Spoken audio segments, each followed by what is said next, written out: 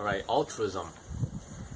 People helping each other out just out of the kindness of their hearts, common with charities, some religious practices, where people, groups of people or individuals, give and expect nothing in return.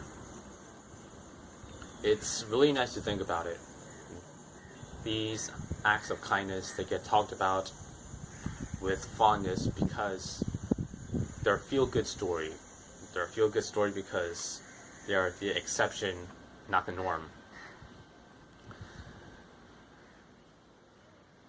Helping each other out of the kindness of our hearts, it's nice to think about, but that's not the way human nature works. That's not how most of us works. Most of us, we help each other out and form these alliances because we see some sort of gain there we can obtain by interacting with this other person. It's a cousin of the survival mechanism where we are assisting this other person because we see some gain there to be had.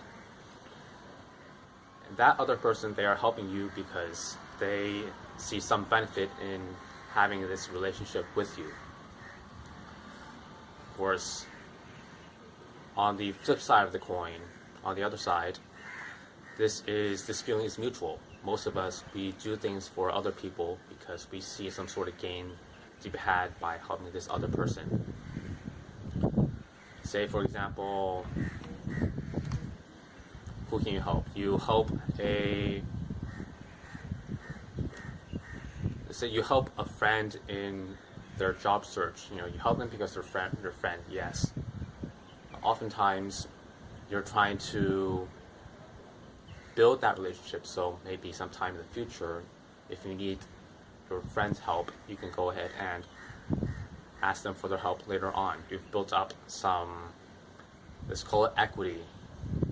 It's not an exact science, but again, reciprocation, which I've talked about previously in previous videos, where you do things for other people because they did something for you. That comes into play even when you're helping people that you know. This concept of helping other people in exchange for something in return, in Latin it's coined quid pro quo. And quid pro quo, to be translated into quite plain English terms, is I scratch your back, you scratch my back. Basically how it works. You are helping this other person because you want their help in return. The most common form of this return of assistance is an economic transaction. There's a transaction between goods and services where if you help this other person, you're going to receive something concrete back, whether it's a product or some sort of professional assistance, this specialized skill set that they can lend to you. Of course, this spills into the political and social realm as well.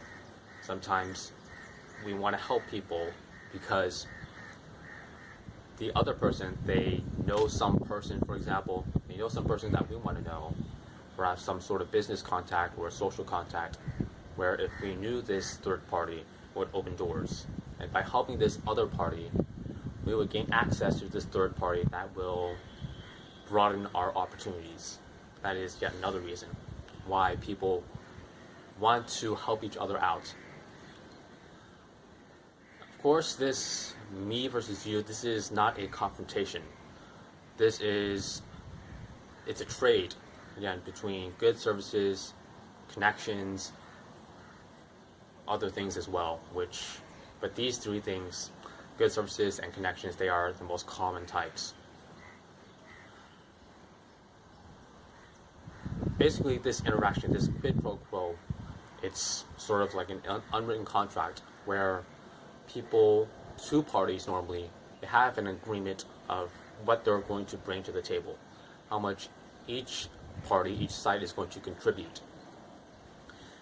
And whenever things fall apart, whenever there's a disagreement on who should be contributing what, oftentimes it's because there is a disagreement between how much each person or each party is going to contribute. It's the other person that's supposed to bring more to the table, to put in more effort, bring in another product to offer me, while I offer the same amount of what I'm going to do or less. That's the general premise of the disagreement. There's this harmony between what each side thinks should be put on the table. And whenever deals fall apart, whenever they do, that's the reason why. It's because there's disagreement. And whenever during that process of negotiating what is supposed to be on that table, and there's a long silence. Well, it's been said by negotiators that whenever there's a negotiation and there's a long pause, as in there's no words being spoken, whoever speaks first loses. And the reasoning behind that is because whoever reinitiates the conversation after a long pause, they see some sort of benefit for themselves. Again, they see some sort of benefit for themselves to continue this conversation, which may lead to an agreement, which leads to opportunities or benefits to them. Conversation, agreement, benefit. That's basically how it works. And this person that continues this conversation after a long pause, they see something in it for themselves. They want something. They want this agreement between these two people more than the other party. They need this alliance more. Another way you can put that is, this person they're more desperate in getting what they want out of this conversation. And when you are the person that is more needing of this relationship, it makes you more malleable. Now the other person sees that they can perhaps take off some of their contributions off the table or demand more from you because they know that you really want to make this work. It makes you more able to be manipulated. You are going to be on a position of weakness in order to be in a position of strength when interacting with people. It pays off to be less desperate than the other person, to need this relationship less than the other person. And very briefly, how do you do that? How do you need a relationship less than the other person? Well, to put it quite plainly, it's to have different options. You know other people that you can work with. You don't have to work with this person. You don't have to work with this person less than they need to work with you. Basically, in a few sentences, that's how you become less desperate.